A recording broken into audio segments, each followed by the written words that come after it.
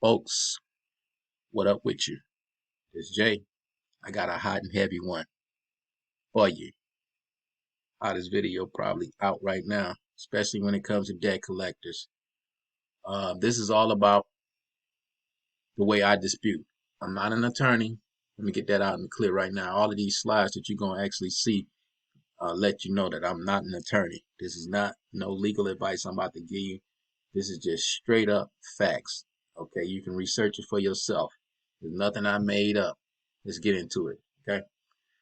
The following stuff that I'm about to tell you, the debt collector's gonna hate me for it, but I've been using it for the last 15 years successfully for clients all over the United States. I've had them all over the United States doing credit repair. They know me. My clients know me. People online know me. So, and the debt collectors know me, especially all these I got right here listed. They definitely know me. They know me by first and last name. But let's get this started. The following debt collector's gonna hate me for telling y'all this, but we're gonna tell y'all this anyway. Okay, you guys need to know this. You guys need to familiarize yourself with the Graham-Leach-Bliley Act. Bold facts, man. Debt collectors are intentionally withholding privacy policy notices and opt-out notices from consumers, customers, as yourself. Probably 80–90% of you guys right now, like, wow, what is a privacy policy opt-out notice? Especially opt-out. I think we all see privacy policy notice a lot, but you typically don't see opt-out notices. But that's something that the Graham-Leach-Bliley Act states that must be provided by a debt collector. Okay, nothing I made up. Okay. So you have to ask yourself these three questions, and I would ask myself these three questions if I were you guys. Did you get a privacy policy notice with your first intro letter from the debt collector? What's the answer on that? Did you also get an opt-out form with the notice with your first intro letter from the debt collector? What's your answer to that? Have you or are you receiving an annual privacy policy notice from the debt collector? Ask yourself that. Now, if you got no to all three of those, which I'm going to guess that 100% of y'all got no to all three of those. Okay. If you answer no to them, you need to go familiarize yourself with Section 6802 and 6803 of the Graham-Leach-Bliley Act. Like, wow, what do it just say? Well, it says a lot. And one of the things it says, well, let me get it. I think this needs to go here. Yeah. The Graham-Leach-Bliley Act. It applies to debt collectors. Okay. If you're collecting debt. Okay. And what it specifically says, a financial institution is required to give each customer a copy of the institution's initial privacy notice at the time a customer relationship is established, and once annually for as long as you are a customer. Did you guys see that? Did you guys see that? That's slick. That's slick right there. They're not going to tell you that. A financial institution is required to give each customer a copy of the institution's initial privacy notice at the time a customer relationship is established and once annually. You guys got to pay attention to that. And remember, with that initial privacy policy notice, we're supposed to get that opt-out notice with it. That opt-out form was supposed to come with it too. Remember that? Number 2. So, initially and annually, let's remember that.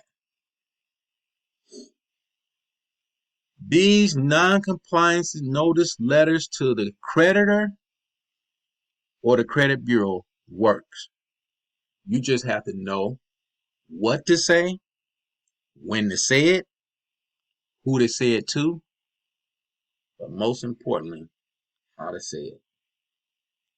If you know what, when, and who, and you don't know how to say it, it doesn't matter. It doesn't matter. You have to know how to say this. Yeah, definitely. For debt collectors' annual notice requirements, this is just some of the requirements that they have to go through. You know, if you are required to provide an annual notice, you have the flexibility to select a calendar year as a 12-month period within which the annual notices will be provided, and provide the first annual notice at any point in the calendar year following the year in which the customer relationship was established. You see that? Did you get that yet? You got your annual notices yet? All of the disclosures that must be included in the initial privacy notice apply to the annual notice. Financial institutions are not permitted to provide a short form disclosure for the annual privacy notice, but rather must provide a full notice. I've got to pay attention to this stuff. Okay, let's go back up here. What does it look like? What does the appearance of a privacy policy look like? You want to know, man, what does it look like? The notice must always be clear and conspicuous. Clear and conspicuous means that the notice must be easy to understand. See, you guys ain't got to go look for it. What do you look for? It's supposed to be easy to understand and designed to call attention to the nature and significance of the information contained therein. Remember that. Remember that. So it shouldn't even be hard to understand what a privacy policy look like. You should know right off the rip. Oh, that's a privacy policy notice, you know? Okay. Next slide. The acceptable delivery methods for a privacy notice. Remember this, y'all. They can't just post it online and say, hey, it's online, go look at it. Nah, that ain't good enough. The initial and annual privacy notice and opt-out notice should be delivered in the same manner. You know, the general rule requires that the notices be provided in a manner so that each consumer can reasonably be expected to receive the actual notice in writing, or if the customer agrees, to put it on a computer online. Remember that, folks. It's to your advantage. Read that. Read all those. The notice may not be provided orally. They can't just tell you that, hey, you got a privacy policy notice, go online and look at it. Okay? Pay attention, folks. Examples of acceptable delivery method. Okay? Let me go get ahead of myself. Hand delivered, mail a printed copy of the notice, or electronically. Let's go back there. If the customer agrees to receive the notice at the website.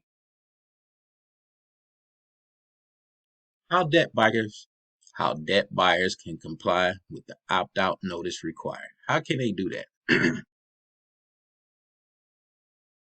Well, I tell you what, you may not directly or through any affiliate disclose any non-public personal information unless you have provided the initial privacy notice in a clear and conspicuous opt-out notice that accurately explains the right to opt out, and the individual does not opt out after you have given him or her a reasonable opportunity to do so.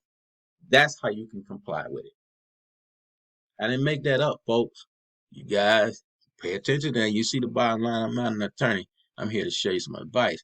I'm going to show you what a sample opt-out form look like. I'm trying to go fast because this thing can give me 15 minutes. I want to make sure I get through every slide that you got. We can always go into details later. So, you guys can contact me. Okay. But this is what an opt-out form looks like. This is an example of what an opt-out form. Okay. This is an example of what. Let me getting ahead of myself. This is an example of an opt-out form.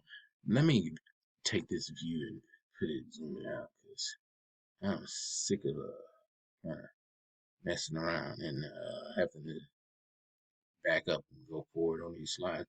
Okay, so that's what a sample opt-out form look like. Okay, just so you know. I don't know if you guys ever received anything like that, but that's what it would look like, sample. Okay, let's go by the effective duration of an opt-out decision. An individual may exercise the right to opt out at any time. Did you hear that, folks? You see that, folks? Anytime you can opt out. A consumer's opt-out decision is effective until the consumer revokes it in writing. Remember that, folks. Remember that. Powerful stuff here, boy. This is powerful stuff here. Acceptable methods of delivery for the opt-out notice. Opt-out notice should be delivered in the same manner as you delivered the initial and annual privacy notice. Told you that before, folks. Okay. Obligations to the notice and opt-out requirements. Institutions have an obligation to provide the initial privacy notice to a consumer before you disclose any non-public personal information about the consumer to a non-affiliate third party. To provide an opt-out notice before you disclose any non-public personal information. Remember that, folks? You got them. I still ain't mentioned nothing about the debt, did we? What does full compliance by July 1st, 2001 mean? Full compliance by July 1st, 2001 means that institutions, debt collectors, have established a system for providing initial notice to all new customers, have mailed the initial notice to any of your existing customers with whom you have a continuing relationship, and have afforded them the opportunity to opt out of any disclosures which are not otherwise permitted by law. Yikes. In addition to providing initial privacy and opt-out notice to all new and existing customers, compliant institutions must be capable of keeping track of whether an individual has opted out of a disclosure. Wow, that's powerful. That is powerful. That is powerful there. See that compliant institutions must also have procedures and policies in place to ensure that non-public personal information is safeguarded and kept in a confidential manner. Okay, let's see what the penalties are for that when you don't do right. You see that, folks?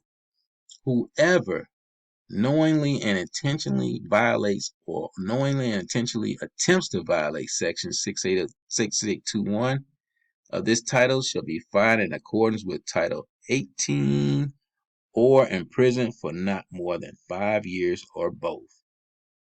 And you read that enhanced penalty for aggravated cases. Let me know if they want to go through that. Now, this is my sample letter that I send out. This is one that I sent to the credit bureau. I actually sent it to the actual debt collector themselves too. Credit bureaus know that their debt collectors are doing wrong. They're so compliant. I mean, they're so nice about it because they don't want no lawsuit. They know they're doing wrong. Man, go look at my previous videos. You know, when I first started doing it, they just wipe them off. They just throw them off because they didn't want no problem. Right now, they might be a little tough, you know what I'm saying? But you stand firm. Believe me, they come off. You see that? I ain't blowing no hot air your way. If you don't believe me, stick around and watch this. So you see this one. This is a matter of fact, June 30. We got a date here. Portfolio recovery. We got 2 accounts here. This date is July 26th, a month later. Both of them have been deleted. Okay, so you saw the letters, saw the accounts, saw the deletions. Okay, so bottom line, folks, I just want you guys to know basically what I tell the debt collectors to delete it or report your non-compliance. It's basically hitting them where they least expect it.